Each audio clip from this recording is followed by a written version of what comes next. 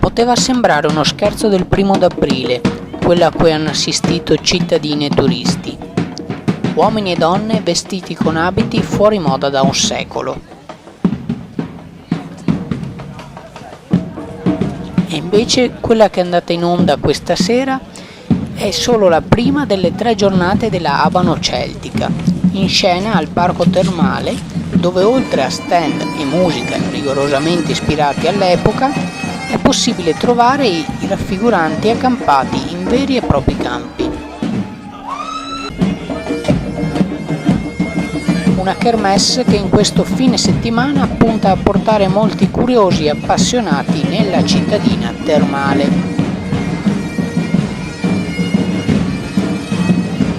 Zwischenberg Channel, Abano Terme.